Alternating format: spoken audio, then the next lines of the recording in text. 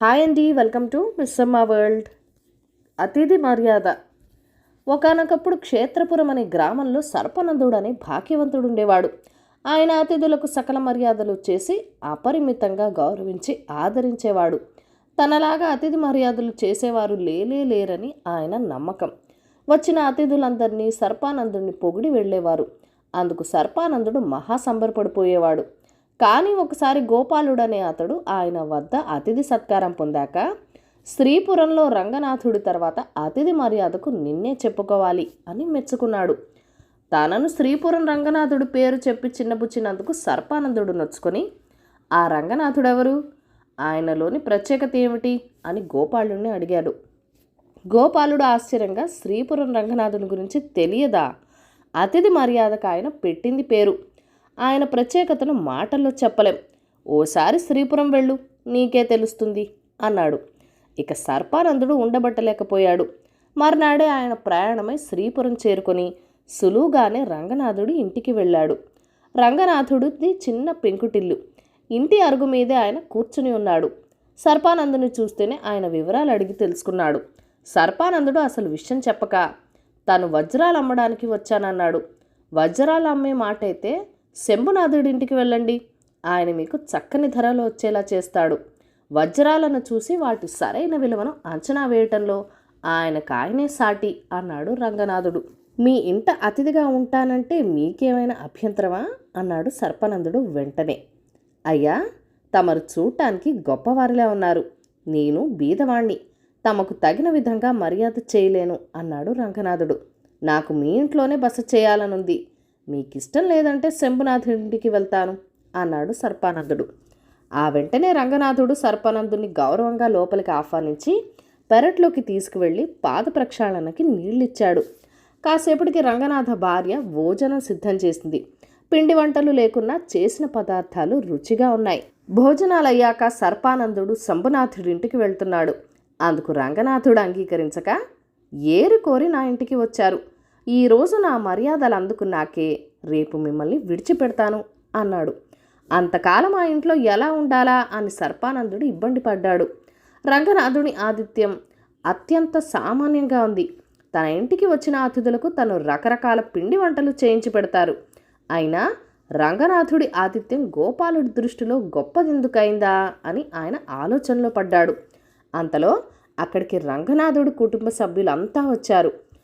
వారిలో రంగనాథుడి భార్య, పిల్లలు, తమ్ముడు కూడా ఉన్నారు. అందరూ సర్పానందుడిని క్షేత్రపురం విశేషాలు అడిగి ఆయన చెప్పినవన్నీ శ్రద్ధగా విన్నారు. సర్పానందుడికి సంగీతం వచ్చునన్న మాటల సందర్భంలో తెలియడంలో ఆయన్ని బలవంత పెట్టి 2 పాటలు పాడించారు. ఆనాటి వరకు సర్పానందుడి మాటలను అంత శ్రద్ధగా విన్నవారు లేరు. ఆయన్ని అడిగి పాడించుకున్నవారు లేరు. తను బాగా పాడానని వాళ్ళు మెచ్చుకుంటుంటే ఆయనకు చాలా సంతోషం కలిగింది. అతిథి మర్యాద అంటే కడుపు నిండా భోజనం పెట్టడమే కాదు, అతిథి చెప్పే మాటలు శ్రద్ధగా విని వారి ప్రావీణ్యాన్ని ప్రదర్శించే అవకాశం ఇవ్వాలి అనుకున్నాడు సర్పానందుడు మనసులో. ఆ తర్వాత ఆయన మర్యాదకు వాళ్ళు ఊరి విశేషాలు అడిగారు. అందుకు రంగనాథుడు, రోజు చూసే ఊరే కదా, మాకేమీ విశేషంగా అనిపించదు. మా ఊళ్ళో పురాతన ఆలయాలున్నాయి, పళ్ళ తోటలున్నాయి, ఎన్నో ఏళ్ల నాటి కోట ఒకటి ఉంది. వీటి పట్ల మీకు ఆసక్తి ఉంటే మా పిల్లలు మిమ్మల్ని వెంట పెట్టుకుని వెళ్ళి చూపిస్తారు. అయితే ప్రయాణం కాస్త అలసటతో కూడి ఉంటుంది, చాలా దూరం నడవాలి కదా అన్నాడు. నిజానికి సర్పానందుడికి ఊరు చూసే ఉద్దేశం లేదు. అందువల్ల ఆయన తనకు అలసటగా ఉందని తప్పించుకొని ఆ ఇంట్లో వారికి ఏ విద్యల్లో ప్రావీణ్యం ఉందో అడిగి తెలుసుకున్నాడు. రంగనాథుడు బొమ్మలు గీయగలడు, ఆయన భార్య చక్కగా పాడుతుంది, తమ్ముడు కవిత్వం చెప్పగలడు, పిల్లలు మట్టితో రకరకాల అందమైన బొమ్మలు చేస్తుంటారు. సర్పానందుడు అందరి ప్రావీణ్యాన్ని చూస్తున్నాడు. అందుకు రంగనాథుడు ఒప్పుకోక, మీకింకా ప్రయాణ బడిలిక తగ్గలేదు, అలాంటప్పుడు కొంత విసుగ్గా ఉంటుంది, ఈ రోజుకు మీరు విశ్రాంతి తీసుకోండి అన్నాడు. అయినా సర్పానందుడు బలవంత పెడితే, మీరు మా ఇంట్లో అందరికీ నచ్చారు, మరిన్ని రోజుల పాటు మీరు ఇంట్లో ఉండాలని మా కోరిక. రేపటి నుంచి ప్రారంభించి రోజుకొకరు చొప్పున మా విద్యలు ప్రదర్శిస్తాం, అవి అయ్యేదాకా మా ఇంట్లోనే ఉండాలి మరి అన్నాడు రంగనాథుడు. సర్పానందుడికి ఎంతో సంతోషమైంది. ఆయనకప్పుడే వినే ఓపిక నిజంగానే లేదు. అతిథికి తన గురించి చెప్పుకోవడంలో గృహస్థు ఎలా ఉండాలో ఆయనకప్పుడు తెలిసింది. ఇక మీదట ఇంటికొచ్చిన వారికి నేను కూడా నా గురించి ఎక్కువ చెప్పకూడదు అనుకున్నాడాయన. అంతేకాక వచ్చినవాడు ఎప్పుడు వెళ్తాడా అని కాక అతన్ని 4 రోజుల పాటు ఇంట్లో ఉంచుకోవాలని తపన పడుతుంటాలని కూడా ఆయనకు అర్థమైంది. రంగనాథుడి భార్య సర్పానందుడికి రాత్రి భోజనంలో అన్ని ఇష్టమైన వంటకాలే చేసింది. మధ్యాహ్నం ఆయనను మాటల్లో పెట్టి తెలుసుకోవటం వల్ల ఆమెకది సాధ్యమైంది. భోజనాలయ్యాక అందరూ కాసేపు కబుర్లాడుకున్నారు. తర్వాత రంగనాథుడు సర్పానందుడికి ఒక గదిలోకి తీసుకెళ్ళి, మీకు తీరని కోరిక ఏదైనా ఉంటే చెప్పండి, తీర్చగలను అన్నాడు. సామాన్యుడైన రంగనాథుడు భాగ్యవంతుడైన తనకి తీరని కోరిక తీర్చగలగడం ఎలా సాధ్యం? అసాధ్యం. అయినా ఆయన అలా అడిగినందుకు తగు విధంగా బుద్ధి చెప్పాలనిపించింది. ఇలా అడగడం మీకు భావ్యం కాదు. మీరు తీర్చలేనిది అడిగానన్న బాధ నాకు కలుగుతుంది. నేను అడిగింది తీర్చలేకపోయానని మీరు బాధపడతారు. ఎవరైనా ఎవరికైనా తమ సమర్థను బట్టే వాగ్దానాలు చేయడం ధర్మం కాదంటారా అన్నాడు సర్పానందుడు. మీరు చెప్పింది అక్షరాల నిజం. తీర్చగలను కాబట్టే నేను మిమ్మల్ని అడిగాను. నిస్సంకోచంగా మీ కోరిక చెప్పండి అన్నాడు రంగనాథుడు. దేవలోకం వెళ్ళి అప్సరసల నాట్యం చూడాలనుంది అన్నాడు సర్పానందుడు కాస్త చిరాగ్గా. రంగనాథుడు ఆయనకు మంచం చూపించి, ఇక విశ్రాంతి తీసుకోండి, మీ కోరిక తీరుతుంది అని గదిలోంచి బయటకు వెళ్ళిపోయాడు. సర్పానందుడు మంచం మీద పడుకున్నాడు. మరుక్షణంలో ఆయనకు ఒళ్ళు తెలియని నిద్ర పట్టేసింది. ఆ నిద్రలో ఓ కల. ఆ కలలో ఆయన దేవలోకం వెళ్ళాడు. అక్కడ అప్సరసలు నాట్యం చేస్తుంటే చూశాడు. మర్నాడు నిద్ర లేచేసరికి ఆయన ఎంతో తృప్తిగా ఉంది. వెళ్ళి రంగనాథుని కలుసుకుని కృతజ్ఞతలు తెలుపుకొని తనకు ఆ కల ఎలా వచ్చిందని అడిగాడు. అది కల కాదు, నిజం అన్నాడు రంగనాథుడు.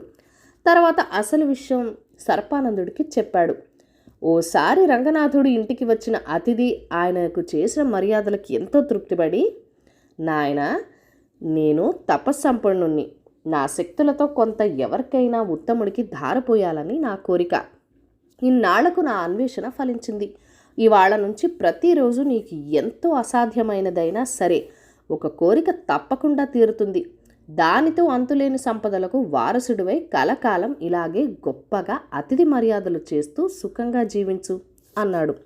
అందుకు రంగనాథుడు ఏమాత్రమూ సంతోషించక, స్వామి, నా అదృష్టం కొద్దీ తమరు నా ఇంటికి అతిథిగా వచ్చారు. మీ వరం ప్రమాదకరమైనది. ఎందుకంటే కోరిక మనసుకు సంబంధించింది. మనసును అదుపు చేయటం చాలా కష్టం. అందువల్ల నేను నా వరాన్ని దురుపయోగం చేసి ఎందరికో హాని కలిగించవచ్చు. ఈ వరం ఇంద్రియ నిగ్రహాలున్న తమ బొంటి వాళ్ళకే తప్ప సామాన్యుడైన నాకు తగదు అన్నాడు. పోనీ ప్రతిరోజు నీ ఇంట 100 బంగారు కాసులు కురిసేలా వరమిచ్చేదా అన్నాడు అతిథి. స్వామి, ఆయాచితంగా అంత బంగారం నాకు వలదు. మనిషి అన్ని స్వయం కృషితో సాధించాలి. అలా సాధించిన దాంతోనే అనుభవించాలి. నేను అతిథి మర్యాద చేసిన స్వయం కృషితో సంపాదించిన ధనంతోనే చేస్తాను. ఈ వరం కూడా వద్దు అన్నాడు రంగనాథుడు. పోనీ అతిథులు కోరిన వస్తువులు బంగారం లాంటిది ఇవ్వగలిగే వరం ఇవ్వనా అన్నాడు అతిథి. స్వామి, అప్పుడది నా స్వయంకృత ఫలం కాదు కదా. కాబట్టి అతిథుల మనసును సంతోషపెట్టే శక్తిని నాకు ఇవ్వండి అన్నాడు రంగనాథుడు. అతిథుల మనసుకు సంతోషం కలగాలంటే ధన కనక వస్తు వాహనాలు అవసరం కాదా అన్నాడు అతిథి. అలా ఇచ్చే మాట అయితే నా ఇంటికి ఆతిథ్యం కోసం కాక దానం కోసం వస్తారు. నేను దాతని కాదలుచుకోలేదు. దూర ప్రాంతాల నుంచి వచ్చిన వారికి అవసరపడే ఆశ్రయం ఇచ్చి ఆదరించాలని నా కోరిక. మనిషి కోరికలన్నీ మనసుతో ముడిపడి ఉన్నాయి. మనసు తృప్తి పడితే మనిషికి కోరికలుండవు. మనసుకు తృప్తి కలిగించగలిగే శక్తి నాకు ఇవ్వండి అన్నాడు రంగనాథుడు. అప్పటికి అతిథికి అసలు విషయం అర్థమై తమకు తాముగా నీ ఇంటికి వచ్చిన వారికి మాత్రమే ఆతిథ్యమిస్తుండు. రోజుకొక్కసారి నీ అతిథులకు తీరని కోరికలు రాత్రిపూట నిద్రలో తీరుతాయి. వారి మనసుకు పూర్తి తృప్తి కలుగుతుంది అని వరమిచ్చి వెళ్ళాడు. ఆనాటి నుంచి రంగనాథుడు అదే విధంగా అతిథి మర్యాదలు చేస్తున్నాడు. ఈ వివరాలు వినగానే సర్పానందుడు సందేహాలన్నీ పటాపంచలైపోయాయి. రంగనాథుడు తన కోసం అద్భుత శక్తులను కూడా వాడుకోడు. అతిథిని శరీరం కంటే ఎక్కువగా మనసుతో సంతోషపెట్టడానికి ప్రయత్నిస్తాడు. అందుకే తన ఆతిథ్యం స్వీకరించిన గోపాలుడు ఆయనను అంతగా మెచ్చుకొని ఒకసారి వెళ్ళి చూడు అని చెప్పాడు. సర్పానందుడు తన గ్రామానికి తిరిగి వెళ్ళాక తన పాత పద్ధతులు మార్చుకున్నాడు. ఎవరైనా అతిథులు తనను మెచ్చుకుంటే శ్రీపురం రంగనాథుడి తర్వాతే నేను అని అంటుండేవాడు. కథ కంచికి మనమింటికి. ఈ కథను లైక్ చేయండి, షేర్ చేయండి. మన ఛానల్ని ఫస్ట్ టైం చూస్తున్నట్లయితే కనుక ప్లీజ్ సబ్స్క్రైబ్ చేసుకొని మీ సపోర్ట్ ఇవ్వండి. మీ అమూల్యమైన ఫీడ్బ్యాక్ అండ్ సజెషన్స్ నాతో కామెంట్ సెక్షన్లో కూడా షేర్ చేసేయండి. Thank you for watching. Bye bye.